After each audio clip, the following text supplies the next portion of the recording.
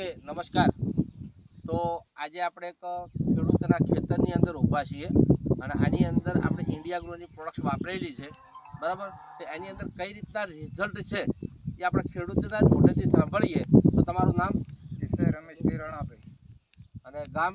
ગજનીપુર. ગામ ગજનીપુર અને રમેશભાઈ રાણાભાઈ દેસાઈ, બરાબર. અને એમને બટાકાની અંદર એમને આપણી પ્રોડક્ટ્સ વાપરેલી છે. તો એ પ્રોડક્ટ્સ કઈ રીતના વાપરેલી છે એ તમને બતાવું કે અહીંયા જે આ ફુવારા દેખાય છે આ લાઈન, બરાબર. તો આટલેથી આ ભાગની અંદર એમને કેમિકલ વાપરેલું છે, એટલે કે ડીએપી, યુરિયા, સલ્ફેટ એમને જે કંપનીવાળા ડોઝ આપે એ વાપર્યો છે. અને અહીંથી આ ભાગની અંદર ટોટલ આપણે 1 એકર જગ્યા છે. આ 1 એકર જગ્યાની અંદર કમ્પેર એમને આપણે ઓર્ગેનિક પ્રોડક્ટ વાપરેલી છે, બરાબર. તો આમાં શું રિઝલ્ટ છે એ આપણે એમના જ મોઢેથી સાંભળીએ કે અત્યારે તમે જે બટાકા લઈને ઊભા છો, આજે બટાકા લઈને ઊભા છો, આ કયા બટાકા છે? કેમિકલવાળા છે કે ઓર્ગેનિક છે? ના, ઓર્ગેનિક. ઓર્ગેનિક યાની કે અમે જે પ્રોડક્ટ્સ આપી છે એ છે. તો એક છોડ આપણે ઉખાડીને ચેક કર્યો, બરાબર. તો કેટલા બટાકા છે આની અંદર? 8 બટાકા છે. અને જો આ બટાકા 50 દિવસ ઊભા રહેવાના, એટલે આ જે સાઇઝ છે ને, આ સાઇઝ કમ્પ્લીટ બમ્ફર સાઇઝ બનવાની છે, બરાબર. યાની કે તોલનું ટોટલ બટાકું જવાનું છે. અને બાજુની અંદર તમે જોઈ શકો છો જે છોડ છે આની અંદર કેટલા બટાકા છે?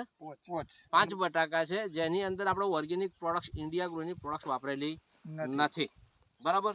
તો તમે એવું જ કહેવા માગો છો ને કે કેમિકલ કરતો ઓર્ગેનિક પ્રોડક્ટની અંદર યાની કે ઇન્ડિયા ગ્રો આપણું જે ભૂવસ્ત્ર છે, ગ્રો મેજિક છે, ઓલિવ છે ને એમાં સ્પ્રે, આ 4 પ્રોડક્ટ્સ તમે વાપરેલી છે.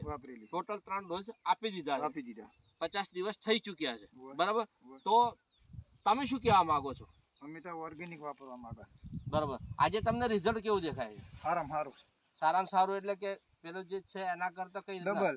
પેલામાં 5 બટાકા છે, ઓમાં 8 બટાકા. 8 બટાકા છે, એટલે કે 3 બટાકાનો એક છોડની અંદર વધારો છે, બરાબર. સાઈઝ નાની છે, ઓમાં સાઈઝ મોટી. અહીંયા સાઈઝ બી મોટી છે, બરાબર. તો અત્યારે વાતચીત કરો તો ગઈ સાલની અંદર આજ ખેતરની અંદર તમે બટાકા વાયા હતા, તો ટોટલ કેટલા બટાકા નીકળ્યા હતા? ગઈ સાલ 35 કટ્ટા વાયા હતા અને 135 કટ્ટા નીકળ્યા હતા. 35 કટ્ટા વાયા હતા અને 135 કટ્ટા નીકળ્યા હતા. અને આ સાલ કેટલા કટ્ટાનું વાવેતર છે? 30 કટ્ટાનું. આ સાલ 5 કટ્ટાનું ઓછું વાવેતર છે, એટલે કે 30 કટ્ટાનું વાવેતર છે.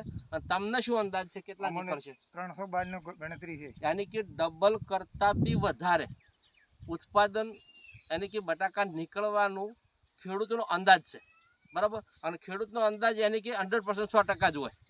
અને હું પણ એવું કહું છું બટાકા જોયા પછી કે 300+ આની અંદરથી કટા નીકળવાના છે. તો આ પ્રોડક્ટ્સ વાપરવાથી તમે ખુશ છો? ખુશ.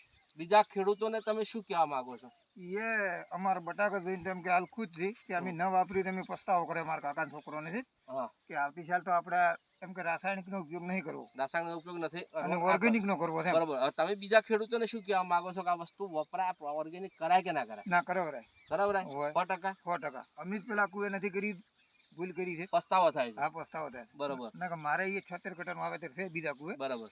પણ અહીંયા જો 3 કીટનો ઉપયોગ કર્યો તો સારું હતું, પણ ચલો ના કર્યું. વાંધો નહીં. હવે નેક્સ્ટ ઉનાળુ સિઝન આવે છે, તો ઉનાળુ સિઝનની અંદર તમે મગફળી, બાજરી આવું બધું વાવવાના છો, બરાબર. તો શું તમે હવે આ ટુકડામાં વાપરશો કે બધે વાપરશો? ના, બધે વાપરશે હવે તો, બરાબર. કારણ કે રિઝલ્ટ પરફેક્ટ છે અને ખેડૂત ખુશ છે. તો ઓકે, હું ખેડૂત મિત્રોને એટલું જ કહીશ કે મિત્રો આ જ રીતના રિઝલ્ટ હોય, આપણી જમીન સુધરતી હોય, જમીન ફળદ્રુપ બનતી હોય, બરાબર, જમીનની ઉપજાઉ શક્તિ સારી એવી પ્રબળ થતી હોય, તો આ ઇન્ડિયા ગ્રોની પ્રોડક્ટ્સ વપરાય. ઓકે, જય હિન્દ, જય જવાન, જય કિસાન.